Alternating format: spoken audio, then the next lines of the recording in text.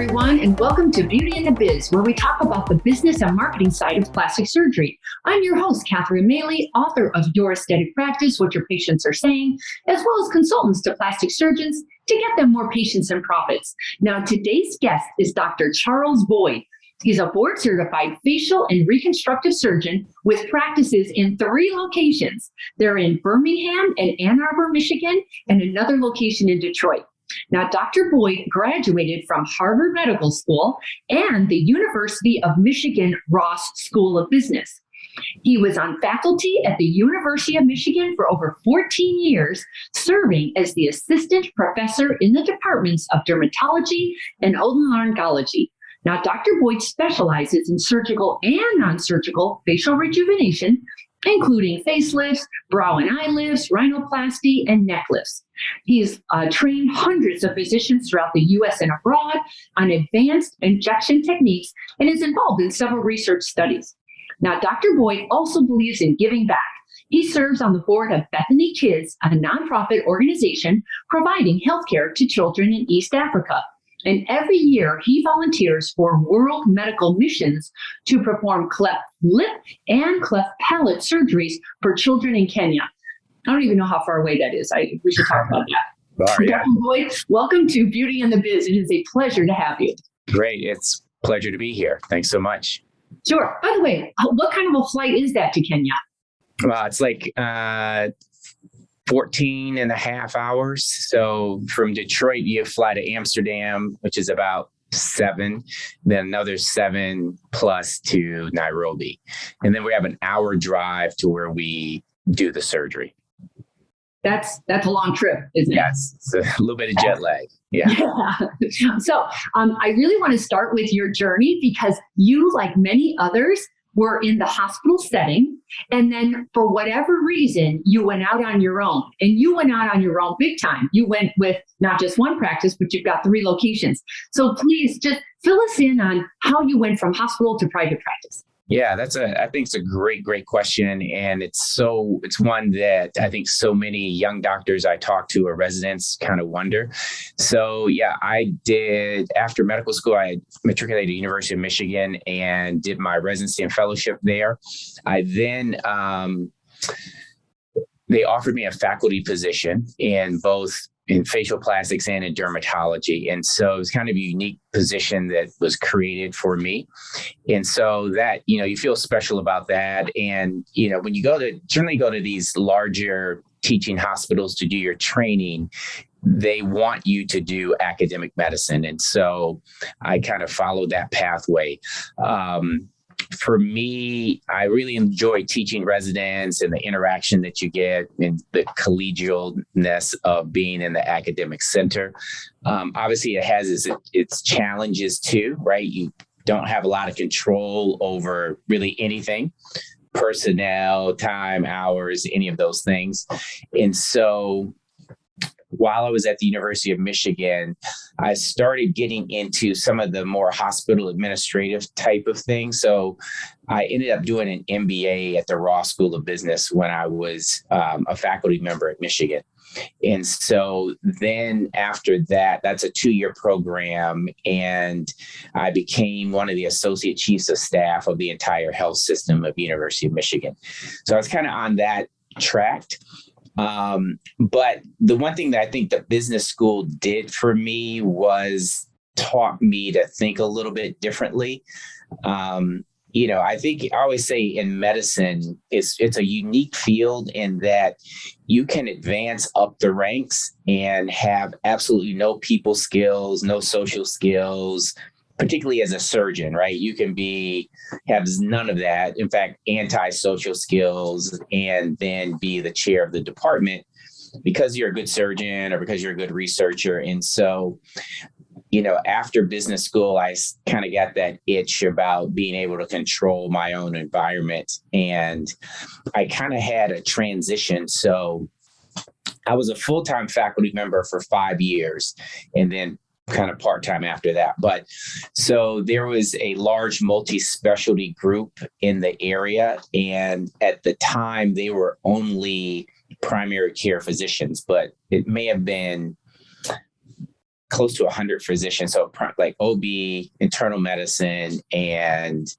I think pediatrics. And so they wanted to recruit me as the first surgeon and specialist into their group. And so I built this skincare center for them. And the thought was that, it's a big referral group. I could do the surgeries and refer back and forth. So we built that center, and really toward my second year, I found that it wasn't a best fit for me. Again, it was a lot of administrative control and not the control that I wanted and needed. And so that's when I branched out on my own. And that was in 2009, and which was a great time to branch out on your own, right? So it was in the recession in a suburb of Detroit. So I always say I started practice in the worst state, the worst economy. Worst timing. Yeah. And because the auto industry was all going down.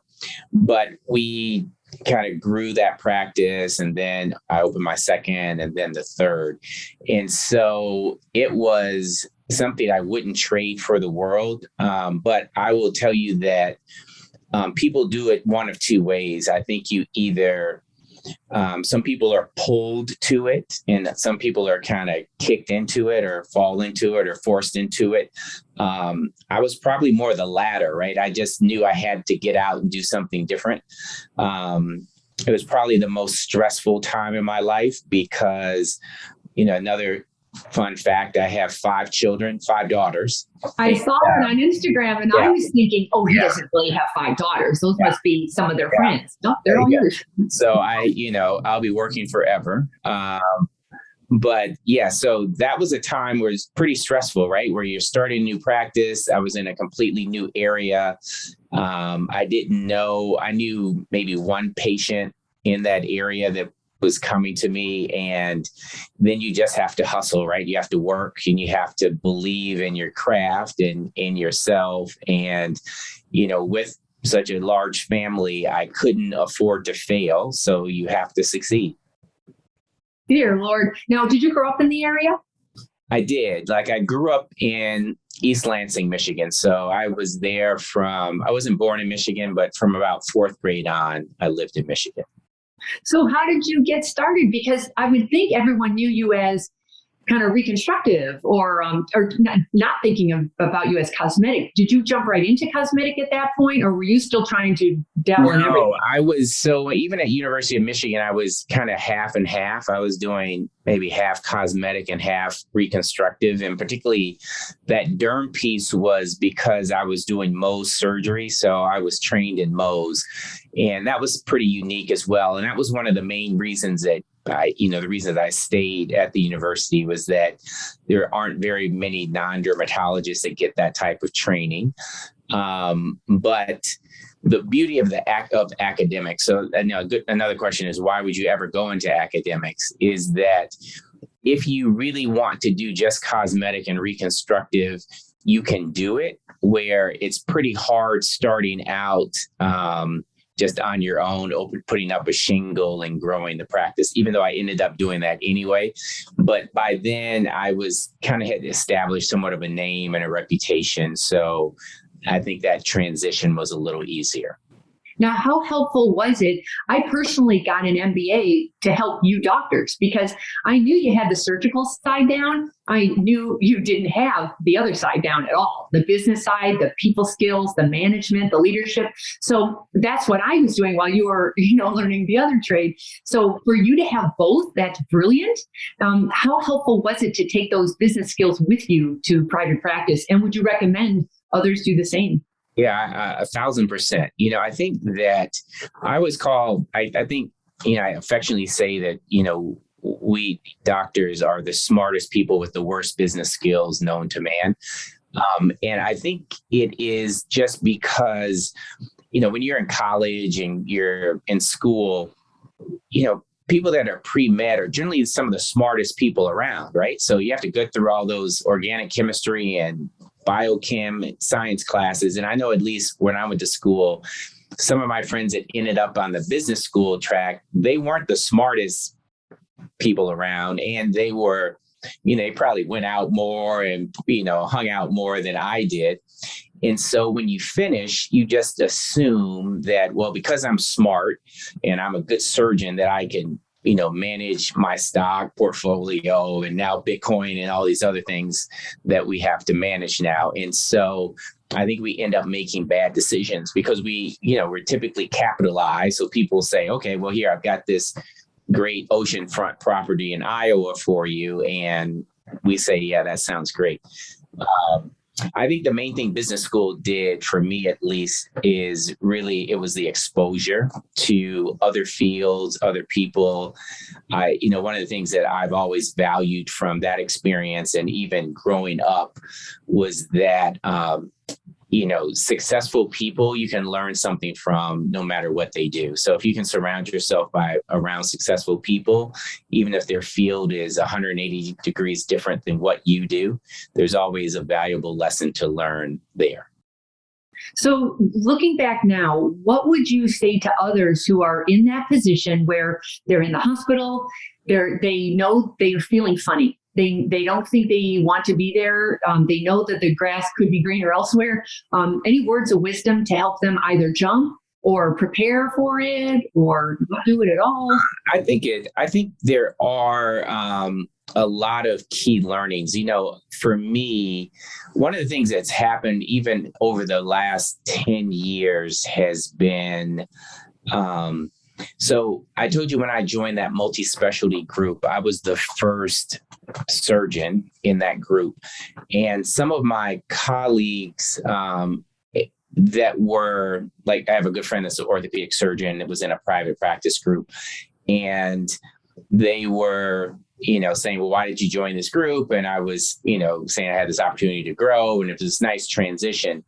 And then when I left, that big multi-specialty group took off. So they started buying all these practices. In fact, they bought my friend's private practice. And now I think a lot of them are miserable because it is hard, right? And it's hard in this managed care environment to really negotiate it.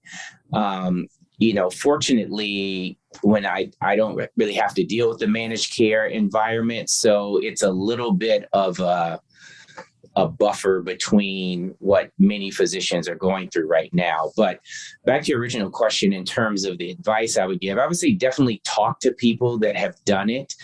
You need to really think about where you're going, what you're doing. I think there's always change that's happening. And so even what we experience today will be different 5 years from now. One of my professors, actually in business school, used to always say that, if you're not the driver of change, you're bound to be run over by it. And so I think you always have to look ahead and think ahead and try to be on top of those trends. And I would say, know thyself.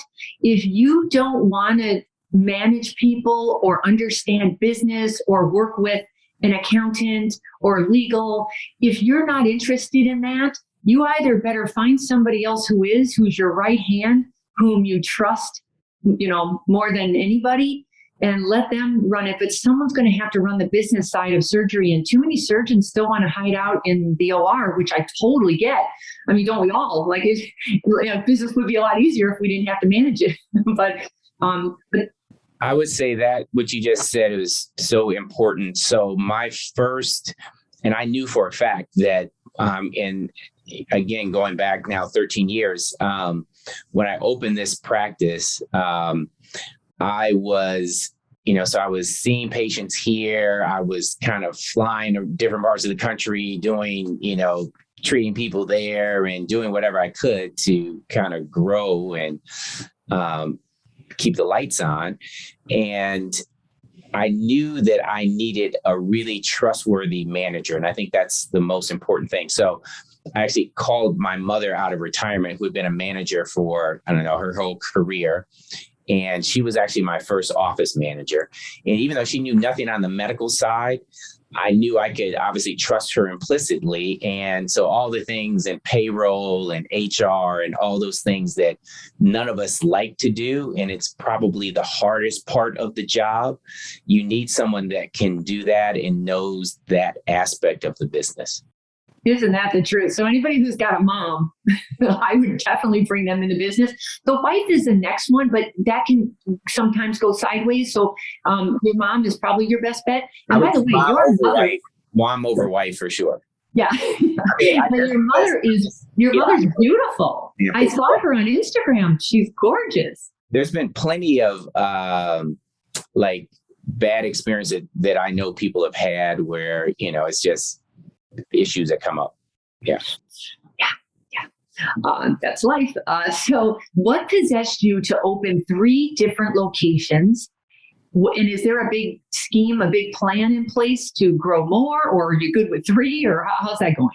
Yeah, we do have a plan. There's a 4th one coming, actually, in the works, actually out of state. So, yeah. No kidding. It's really to boost my frequent flyer miles. I gave up traveling for now until they calm down and figure that out. I'm grounded. Yeah. I would say the plan was, it definitely helps with economies of scale. I think that's one of the main things. I think one of the things that I was very intentional about with my office and each office subsequently was really the size of them.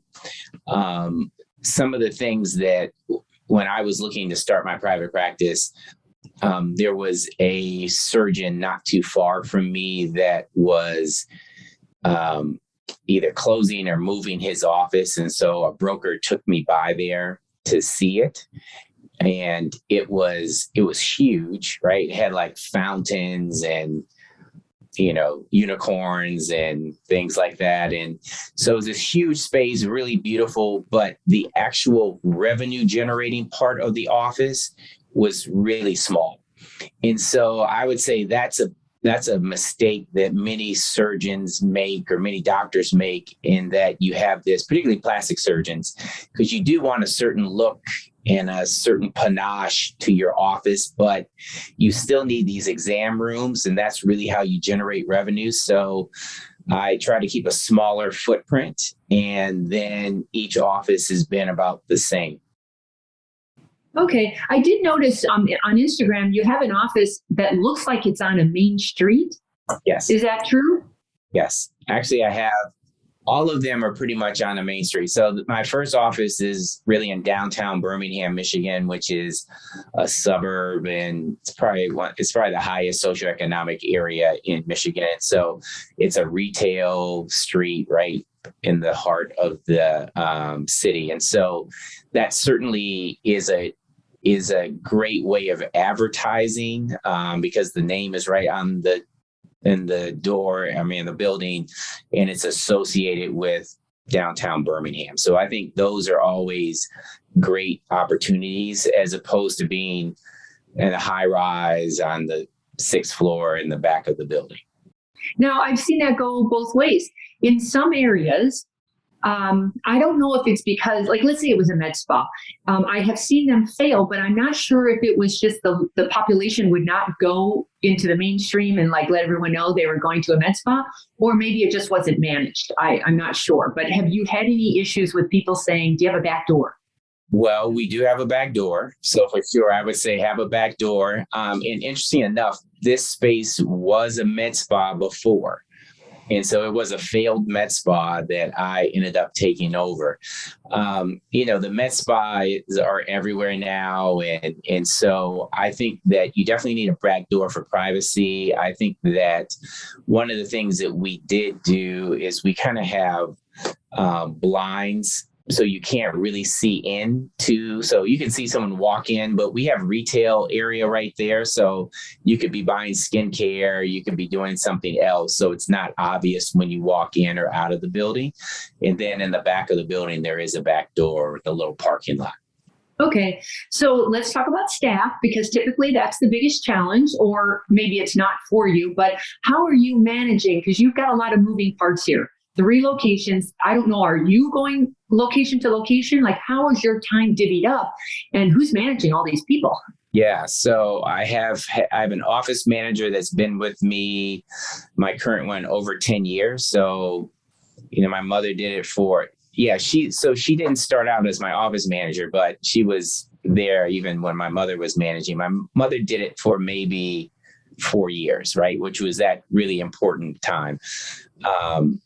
And so, yeah, my office manager has been with me over 10 years. And I think that's one of the keys to success is having long-term employees. The nature of this business does not lend itself towards that because it's mostly younger women that are of the age to get married and to get pregnant and to move away or to go to different places. And so I think that's super important. I'm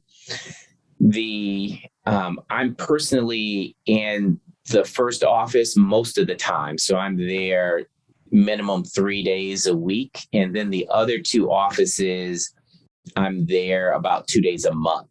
So every other Thursday or Friday, I'll travel. In the meantime, I have mid-levels in those two offices. They're there every day, estheticians and mid-levels in those offices. So let me ask about the estheticians because that is a double-edged sword. Estheticians can be helpful to attract that, let's say, lower level patient who's still kind of dipping their toe in the cosmetic world and they just want a little facial or microdermabrasion. They're getting used to it. Like personally, that's how I got involved in this when I was, 40 years old. I started with microdermabrasion and I have progressed on quite dramatically. But is that the point to use them as feeders to start at the lower rung and work their way up? And is the goal to get them into surgery with you, or are the estheticians working out for you? Because I've heard lots of different stories about them. I have. I've been fortunate in that I have some of both. So one of my estheticians, actually my esthetician that's been actually with me also 10 years, does incredibly well. And so she, they are, it's very personality driven, I will say that. And so this particular esthetician, and I'll contrast her with another one, but this particular esthetician sees the least number of patients annually, but generates the most revenue.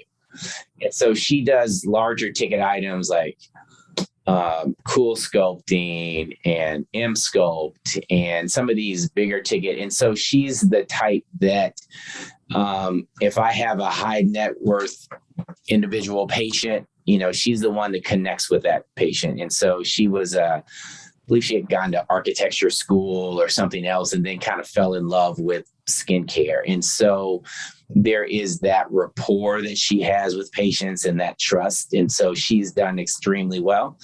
I have other estheticians that see double the number of patients and do far less revenue because they're just doing mostly facials.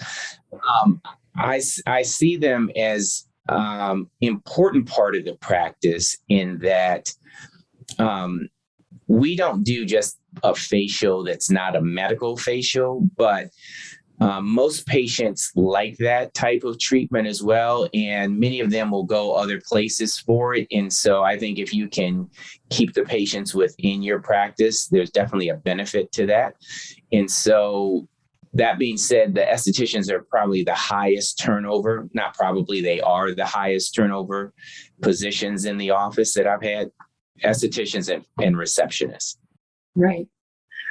Sometimes I think, instead of having an esthetician take up the room for an hour for minimal, get a really good nurse injector who's just killer at lasers and injectables. And that room becomes 5 to 10 times more profitable. But I don't think there's any one way to do this, as long as I think though the estheticians, I don't think their goal should be to do more facials. I think it should be to move people up the ladder, and definitely arrows pointing to you. Like, do you still do a lot of surgery, or do you feel like you're going, because on Instagram, it looks like you're more non-surgical almost at this point. Like, where are you going with surgical versus non-surgical? Yeah, I would say that it's about 60-40 now. So non-surgical to surgical. And that's been, I would say when I first started, it was probably 70% surgery and then 30% non-surgical, or maybe even more. That transition probably happened, I'd say, for two reasons. So as I started getting other offices, that kind of led to that. And as I started, I do a lot of teaching and things for some of the companies and training all over the country and nationally and internationally. And so I think that's led to that as well. I think that that kind of gets into the know yourself that you said at the beginning. I think that when I first came here and I was at the university, I literally operated 4 of the 5 days a week, always in the OR. But at the same time, I didn't have to manage anything or anyone else, right? So all of that was taken care of. And even the patients were taken care of because I had residents and other folks to do that. When you're doing that as a solo practitioner, it's a entirely different kind of ball game. And so that for me kind of led to that transition. So now I get to do the surgeries I want to do. So it's a lot of blepharoplasties and facelifts are kind of the things I enjoy. And so that's been probably the most of what I do. And so those, and then because I can schedule when I do them, I can schedule them around my time and if I'm traveling or not. Right. And another question about products. You have a lot of skincare products. You have an online store. Is there a lot of emphasis on products? I'm so torn with products because as a consultant, if I were consulting with you, I would ask you to pull that report, revenues by procedures. And the skincare is always maybe 1%, maybe. And then I go, well, gosh, I mean, if it's only 1%, should we put our focus there? Like, where is that going? So I'm torn on it. I just don't know. What do you feel about that? Yeah, I would say that was a key learning for that we had. And so I would say one of the things that I learned from some of my dermatology colleagues around the country, and certainly they put much more emphasis on skincare than we generally do as surgeons. And so when I first started getting into skincare, it was literally just dipping my toe in. And if we did $2,000 a month in skincare, we were happy. Now, at the same time, I was like a black diamond account. So had a lot of patients turning over and a lot of patients going through, but we didn't emphasize it. I never emphasized it. And I had one of my derm colleagues kind of, I just said, so what are you doing and how do you do it? And like that same office, we do close to 20 to 30,000 a month. Oh, very nice. So it's been a much, there are a lot of things that led to that. So, my staff, my medical assistants and estheticians are all incentivized. We have cards that we talk to that have like Dr. Boyd's favorite products. So it's an emphasis that wasn't there before. And there's been some studies that have shown that particularly after surgery, after even injectables, patients spend an average of like $800 on skincare somewhere. And so we were like, well, why not spend it here? And, all the products are ones that have been tested and ones that I can have confidence in that actually are doing something. So I used to be the same one. I used to call skincare lotions, potions, and notions. And so I think that's changing as well. And there's ways you can do it. I think if you're just advice, like even if you're doing a facelift, you can bundle the packages. And a lot of patients really like this idea of prepping their skin for surgery. So there's some things you can do beforehand and things you can do afterwards. And then that kind of gets them thinking about their skin. For sure. Well, especially if you're going to invest that much in a facelift, it's about time you actually think about, 24/7 coverage. So many people just punish their skin forever. And then they do that one big, okay, I'll just get a facelift and wipe it away. They think that's going to fix everything. Right. I would say the analogy I like to give is like if I were your cardiothoracic surgeon and I did your bypass and then afterwards I don't tell you need to change your diet. So just like your facelift or your laser, you need to do something differently with your skin to kind of protect that investment. Well, my analogy is, most of us, a lot of us take care of our bodies. We exercise and we eat right. So why wouldn't we take care of our skin? We take care of everything else. We take care of our houses. And I just thought, skin makes I think it's a big deal. So I'm with you on that one. So give me one of the biggest mistakes you have made in business from running your practice that others could learn from or that you learned from. Yeah, I would say things you invest in would be the thing. So, for me, I think diversifying your revenue sources is always important, even as a surgeon, even as a physician. And so I would say one crazy venture that I got into, it was another physician that actually told me about it, but a physician who, an ophthalmologist friend of mine who said, yeah, this guy has this great new laser business that removes pain. Like it's one of these lasers that if you have shoulder pain, you can treat it. And so I met with the guy and he was like, yeah, we have these kind of franchisable services. And so for me, I kind of looked into it, actually tried it. It worked fairly well, but, and so I kind of invested in one of these. I had a little office, not in my own office, but a separate thing. And I was going to do some other treatments that we don't typically do in my office, like weight and nutrition and things like that. But it was a big failure, partly because I wasn't really there to manage it. I had someone else managing it. It's out of my wheelhouse. And so I would say that would be a mistake not to make that people could learn from. I think it's okay to have different offshoots of what you do, but it should be something that and you love and you want to dedicate the time and energy to make it successflike My recommendation would be find something that your current patients as an add-on. They've got, they like, know, and trust you. So they're already great. What else can you do to help them out? It's not such a huge jump because I would think that was a whole different demographic, it's a different type of patient, like somebody in pain versus this is the fun side of medicine. So yes and no in some ways, because and I guess you can justify everything. But for me, the reason I even thought about it was that, I say that we're in the aging business, right? And so we're in the reversing aging business, treating aging. And so pain and chronic pain is certainly associated with aging and getting older. And so the whole reason it came up was that, I think I had a patient that came into the office was like, yeah, I've got this shoulder pain or hip pain or my knee pain. And if I could really eliminate that would really make my life different. And so that's kind of how I thought about the business, but and to be honest with you,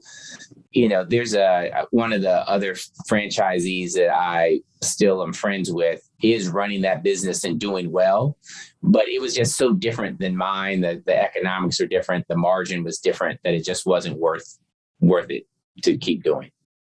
Well, that's not so bad. I mean, it didn't break you, right? You learned from it. Yeah, and you definitely learn, right? Right. All right. So let's shift from business to marketing. The issue for you with marketing is you've got the mature aging face patient who's usually a female, older, just has different beliefs and backgrounds and attitudes than the young rhino patient. Yes. And I've always wondered, how in the world do you market to both of them at the same time? So any tips and tricks for that one? Yeah, I would say it's a challenge for sure, right? Because they are completely different demographics. And that was one of the things that my second office kind of helped me with. So it's actually really my third office is the one, but my third office, which is in downtown Detroit, the demographic in that office is completely different than like my Birmingham or my Ann Arbor office. So that was kind of Quicken Loans, and that's a big business there. It's Dan Gilbert, and I think they're one of the largest employers of college graduates in the state. So a lot of millennials are in that area. I have an amazing nurse injector that is in that office, and she is literally the lip queen. So she just does lips and does an amazing job and is all over social media and kind of promoting it. And so that office, if you walked in and sat in the lobby, is completely different than the Birmingham office. And so what we do, just in terms of advertising, we have a global Instagram page. And so we're able to feature different aspects of those different things. But the millennial patients do gravitate toward that office and toward that provider. And so I think that's one of the things. I think otherwise marketing, certainly your methods of marketing will target different demographics. So generally your aging face patients may not be on TikTok. They may, but that may trend a little younger. Instagram trends a little younger. Facebook trends a little bit older, obviously. And so that's another way to look at kind of target different demographics. So where would you say a lot of your revenues are coming from? Is it the younger rhino patient? Is it the older aging face? Is it non-surgical? Yeah, I would say I don't have the numbers off the top of my head, but I would say certainly the non-surgical is probably the largest right now, just in terms of numbers. And one of the calculations you can do is, and I think it's important to do as a surgeon, is procedure value per hour.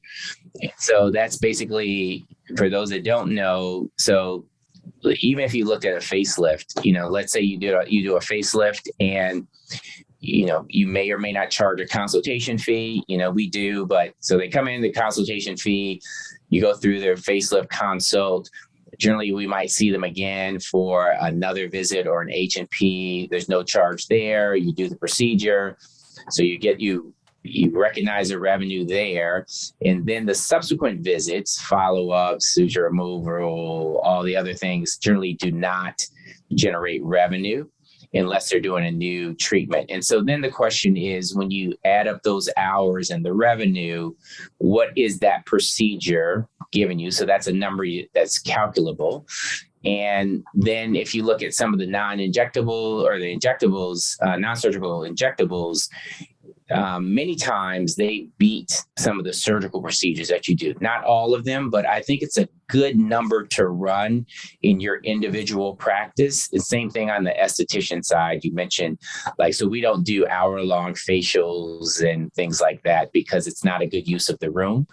And so there's ways that you can run all those numbers. And I think that's what a smart consultant or office manager can do for your practice. So regarding the procedures, there's also other elements to be considered, such as, do you like that type of a patient? Is it going to be a pain in the neck if things don't go well, like let's say you get one of those rhinoplasty, real tough patients that are just never going to be happy. Is it the kind of patient who's going to tell all their friends or tell nobody?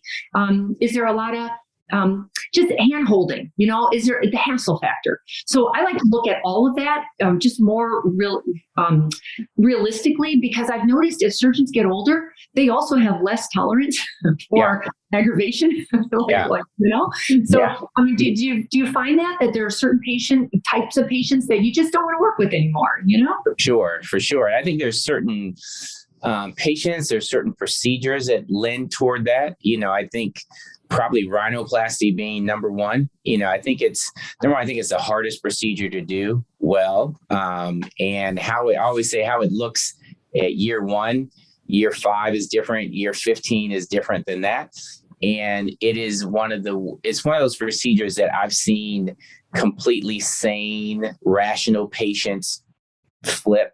And so that's something you need to know about kind of going into it. And you're absolutely right. And, I've limited that aspect of my practice really because of that. I enjoy it and it's some of the most satisfying work, but you get one bad apple and it does spoil the bunch, and it can, make your day not that pleasant. Right. So what's your competition like in the Midwest? Are you surrounded by other competitors? Yeah. This area where I am is, it's a lot of competition. There's probably, 10 plastic surgeons or dermatologists that I could walk to their offices and see. And so, it's high competition. And that's not to mention the med spas and all the other places that are, around. We've been kind of blessed in terms of done well, and we've been kind of top of the food chain, which has been good. And I think that the main thing is the quality of your work. So, do good quality work, and then it's really that relationship. It's all relationship based. You had mentioned before your personality. I think your personality and not intelligence, but your EQ, your emotional intelligence is probably one of the biggest success factors for a practice. I always say that, if I had a superpower, it is, I generally know what my patients want or need, even if they don't. And so if you can produce that, then you have a happy patient. And so I think that's something that was very helpful to me, I think, in this practice. Well, you probably got that from having 5 daughters. You're surrounded by estrogen, for heaven's sakes. You must have a sixth sense at this point. Yeah, I got that and exceedingly long patience. So, good for you. I have patience. Yeah. All right. So regarding differentiating yourself from the competitors, I have noticed you're doing a very good job on Instagram. A couple things you're doing. You have that silhouette lift. And you're positioning it perfectly for, it's not for everybody, it's for people who aren't ready for surgery, yet they need a little something. And it looks like you're like an expert at that, and that, what's called silicone incision. Removal. Yeah. Yeah. You're also like, and you have a patient on Instagram saying, I've been to many doctors and nobody will do it. And because you're the expert on it. And that really, like, as a patient, like I saw you then as an expert, So was that done by purpose? Yeah. I mean, not initially, I would say, meaning that there, where I live, where we are in Michigan, there's a population in Dearborn. And that's, I think, the largest Middle Eastern population outside of the Middle East. And there were several. Some were nurses, some were not even physicians that were doing these silicone injections on the lips and in the face. And many times the patients didn't know what they were getting. They were just, they thought they were getting a regular filler, and they got these just deformities of their face. And so it happened initially just out of just trying to help them and be more, I think just more helpful. I know a lot of patients, not just patients, but some of my colleagues won't touch those patients because it's exceedingly difficult. And they say when you deal with someone else's complication, it now becomes your complication. But it was in some ways almost like the cleft lip and cleft palate, right? There was some, this deformity. And if you have the ability to help, then you do. And so, and then through word of mouth, it just got to be where it just kind of spread, and more patients started coming in, kind of requesting it and needing it, really. And so some of the stories are super compelling and just breaks your heart. I've seen people that have had it injected in their eyes and tear troughs. And sometimes there's nothing you can do to really, because you can't really eliminate it. You're just removing as much as you can. Right. So back to the marketing, are there different marketing channels? Now, I know you're doing a good job on social media. Actually, you're doing a very good job. You have a nice blend of personality plus kind of brand positioning. You have a nice mix there. Are you doing that on your own? Is somebody in the background making all that happen? Like, you have a whole social media team? How are you managing that? Yeah, so I have an employee in my office that does the Instagram and social media. And so we monitor all the insights, and we kind of look at all of those on a minimally a weekly basis in terms of what's trending, what's not. And so Instagram, TikTok, those type of things. I think it's super important to have, I've done it all. I've been at this a while. So I've had where I did it myself. I've had people that you hired that come into your office. For us, that never really worked out that well. Some of them charge astronomical fees, and really all of the magic, all the before and afters are in the office, and you have to have someone that's there to capture those. You definitely need someone that's creative, that can think about these things, and that is literally looking at TikTok, looking at Instagram, see what's trending, what are the trending sounds. And so I think that takes dedication. And just because someone's personal Instagram is great or they have a lot of followers doesn't mean they can do that for you. And I always say that when you look at someone's Instagram, you can generally tell if the person that's doing it kind of is really invested in it or loves what they do versus it's their job. Right. And you have somebody who's really good at video editing, and you've got the music down, and yeah, so good job. And my dance moves. You're moving. You could have some moves. If you have them, use them, So what about the influencers? I've noticed that you even on your website literally call out the influencers and say, hey, I'd love to work with you, so let me know. Has that worked out well, or? Yeah, I think that's again, a lot of learnings on that aspect as well. That can be really good or really bad for you. Yeah.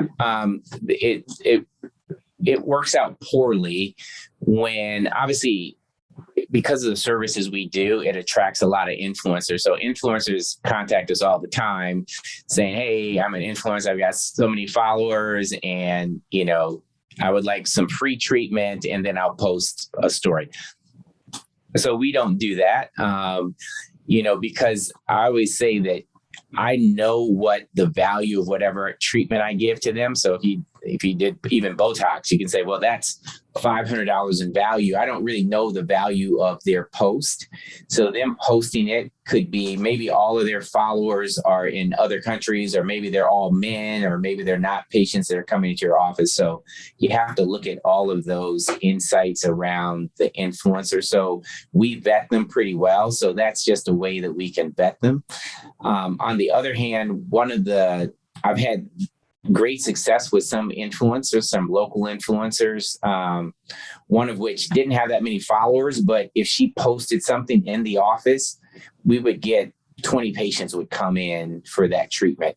And so we'd put on a link that said, okay, say it's Kate 25, and you come in, and then we could monitor it. And so that's part of one of the things, we learn in business school is that if you're not measuring it, you're not marketing. If you can't measure it, then you're not really doing good marketing. So. Absolutely. And quantity does not always beat quality, because if you can get I've done that forever. Like I'm in San Francisco, and I used to do events for doctors, and they were like, "Oh, but like we only had 100 people." Are you kidding? Those are 100 people who live here that Yeah. they're actually going to come see you. Yeah. Yeah. We don't need you to know the world. Yeah. I've always struggled with that. I mean, you're right on with that. If you can get 20 people to react to somebody locally, there you go. That's a way easier way to run this thing. That's a win. Yes. Yeah. So any pearls about social media, especially if you don't have dance moves, like what works well for you and how much time are you spending on it? Well, like I said, I have a dedicated social media person now. And so we will do, so she and I meet every week where we just look at kind of how we did from the previous weeks. So I meet with my dedicated social media person. I also have an office meeting where I meet with kind of my leadership team. So that's my office manager, my head nurse, myself, and we are then looking at the entire business. I think that's important that times you need to not just work in the business, but look at the business kind of as a whole. And we also look at social media in that aspect. And so we always say there's 3 pillars to business, right? There's operations. So that's your day-to-day. How are things working? You've got finance, and then you got marketing, right? How do you get people in? Once they come in, how do you manage it? And then how do you kind of navigate them when they're in your office? And so I spend at least probably 2 hours a week, I would say, on marketing and social marketing, every week. And so I think it's important to dedicate the time to it. It used to be when I first started, it was print ads, and we would say, well, you have to do a print ad and patients have to see it 6 times before you get a return. And it's so different now in terms of social media where you can see almost an instant return or not. And so I think it's about spending that time. So I think that's something that's super important. So this fourth office that you're opening out of state, how far out of state? It's about an hour. Okay. So what is the plan? Because I can't tell, are you just kind of going to like skim the surface, or are you trying to build like patient retention where you have a patient for a lifetime and build those relationships? Like, what's your philosophy there? Yeah, I would say the latter. It's definitely been, we were just looking, I have patients that have been with me for over 15 years, actually. So almost from when I started. And so I think that is, I would say, another really important pearl. You want to, the lifetime value of a patient is really the key. And so that means sometimes you forego things that aren't for that patient because it's really the trust and that experience that you're giving to the patient that's most important. So for me, even the different offices has been also a part of developing the brand, but part of the brand and the brand values were just, we use for Boyd, we say beauty, optimism, youth, and dignity. And so it's really about that trust. And so we found that interesting enough, that came out of interviewing patients. And so we say, well, why do you come to Boyd?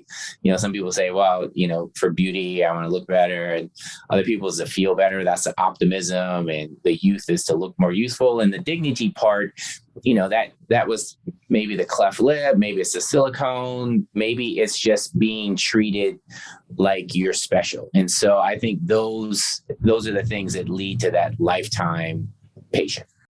Nice. So is there going to be a location number 5 and 6 and on, or what do you think? Yeah. Good for you. Okay. Let's wrap it up now. And if any words of wisdom that you haven't covered already, would you say to somebody, just someone who's in their practice, they're okay, but they're okay. They wanted to up level. Any words of wisdom to do that? Yeah. I would say, how do you up level? I would say the most important thing is probably training. I think that I think that one of the things that I think one of the reasons we go into medicine is that you can always learn. There's always something new. There's always different ways that you can do things differently. And so when I do a lot of teaching and training throughout the country, I always say that I learn as much as I'm teaching. And so I think that is probably the most important thing. Too many times I think we get set in our ways and we think it's our way is the best way. And I think it's always room to learn, room to improve. And so you need to be humble enough to accept that and then kind of go on to improve your skills and your skill sets. I have noticed I've done some talks on this, like what the top docs are doing differently than the others. And a really big one is that growth mindset. They're not stuck and they're not stale. They're always staying open to what's happening, what's new, what do I need to adapt to? And I've noticed that love of learning, I guess it is, loving to learn and grow. Yeah. Yeah. You have to be the driver of change so you don't get run over by it. I love that. I'm gonna use that, by the way. So are any of your 5 daughters? Just give me credit. I will. Okay.